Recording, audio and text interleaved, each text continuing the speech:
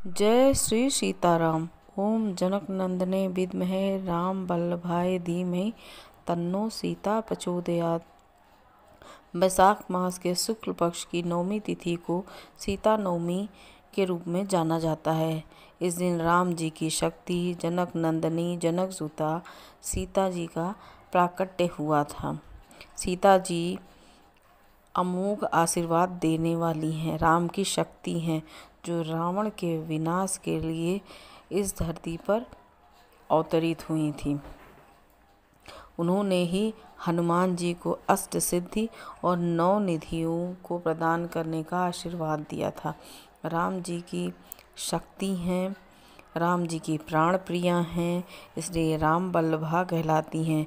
जनक जी की पुत्री हैं, इसलिए जानकी कहलाती हैं। धरती से उत्पन्न हुई थी, इसलिए भूमिजा कहलाती हैं।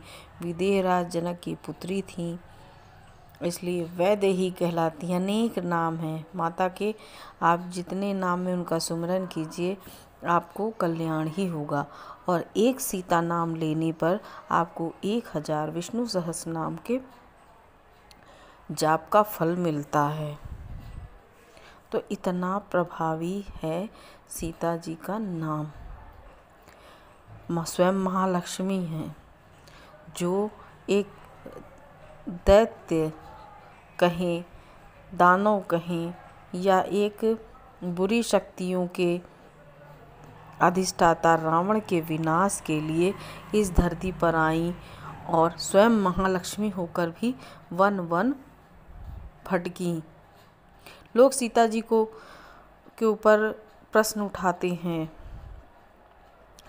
कि जो है सीता जी,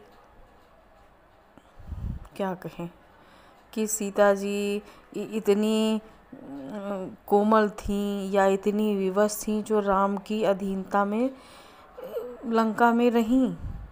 इस बात को समझिए, जो बालपन में जब वो कन्या रूप में थीं, बच्ची थीं, तब उन्होंने ही शिव जी का धनुष उठा लिया था खेल खेल में।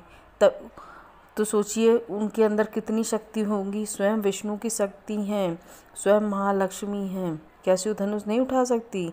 लेकिन रावण के विनाश के लिए इस धरती पे आई हैं और रावण का विनाश राम के हाथों होगा, इसलिए सीता जी इतने दिन तक अशोक वाटिका में रहीं। क्योंकि जब तक सीता मैया को रावण कैद में रखता तभी उसका विनाश होता, वरना उसका विनाश ही न होता। अगर माता के हाथों, सीता माता के हाथों में उसका विनाश लिखा होता ना, तो सीता जी एक क्षण में उसका विनाश कर देती, वो हाथ भी नहीं लगा सकता था उनको। लेकिन ये सीता बनना आसान नहीं है। जिसने 3 लोक के विजेता रावण को इनकार कर दिया हो, वो कितनी बड़ी सामर्थ्य होगी। स्वयं महालक्ष्मी को कोई प्रलोभन दे सकता है? नहीं दे सकता।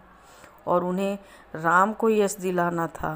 कहते हैं ना, एक सफल पुरुष के पीछे एक स्त्री का हाथ होता है, तो सीता सबसे बड़ा उदाहरण है। एक सफल पुरुष के पीछे एक स्त्री का हाथ होता है। सर्वशक्तिमयी सीता मैया रावण का तुरंत 1 मिनट में विनाश कर देती, लेकिन यश उन्हें राम जी को दिलाना था, इसलिए वह उसकी कैद में रहीं, असुर राज रावण के। इस बात को समझिए, जो लोग भी सीता मैया के ऊपर या राम जी के ऊपर प्रश्न उठाते हैं, हमारे धर्म का अपमान करते हैं, तो उनको ये बात मेरी तरफ से आप कह दीजिएगा और समझिए। और कृपया अपने धर्म ग्रंथों को पढ़ने का प्रयास कीजिए, अपने देवी देवताओं के बारे में जानने का प्रयास कीजिए। और सीता जी की जो भी आराधना करता है ना, उसको राम जी की आराधना का फल, हनुमान जी की आराधना का फल अपने आप ही मिल जाता है। जो एक बार सीताराम कह देगा ना, उसके बाद हनुमान जी से कोई चीज़ मांगेगा, उसको अपने आप वो चीज़ मिल जाएगी। तो सीता नाम में इतनी शक्ति है, इस बात पे आप ध्यान दीजिए। और जो भी सीता मैया का इस दिन पूजन करता है राम जी के साथ, हनुमान जी के साथ, उसको श्री राम जी की पूजा का फल भी मिलता है। सीता जी तो हैं ही महालक्ष्मी, उनकी पूजा करने से आपको धन धान्य कभी कमी नहीं होगी। राम जी की कृपा प्राप्त होगी, आपदाओं से आप दूर रहेंगे और हनुमान जी की पूजा का भी फल मिल जाएगा आपको। तो सोच लीजिए संकट भी नहीं फटकेगा। पर दृढ़ विश्वास होना चाहिए, भगवान भी अपने भक्तों की परीक्षा लेते हैं। तो ध्यान दीजिए, ये चुटकी बजा के जो लोग कहते हैं ना पैसा बरसता है, तो फिर वो रील क्यों बनाते हैं? वो भी एक मंत्र का जाप करें, मटकी में कुछ भरें और पैसा उनके पास आ जाए। इस बात को समझने का प्रयास कीजिए। तो सीता मैया स्वयं जगत जननी है, महालक्ष्मी। उनकी पूजा करने से राम जी की पूजा का फल मिलता है, हनुमान जी की भी पूजा का फल मिलता है। और उनकी पूजा करने से आपके समस्त मनोरथ पूर्ण हो जाते हैं, आपके पाप ताप कट जाते हैं, प्रलोभन इंसान के अंदर से लालच ख़त्म हो जाता है। मैंने आपको उदाहरण बताया है ना सीता जी की शक्ति का।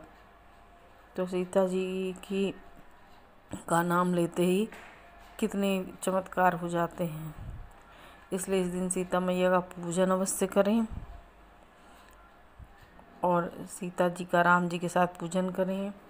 सीता मैया को लाल चुनरी चढ़ाएं, श्रृंगार की वस्तुएं चढ़ाएं, राम नाम जाप का करें या श्री सीताराम का जाप करें, राम रक्षा सूत्र का भी पाठ करें।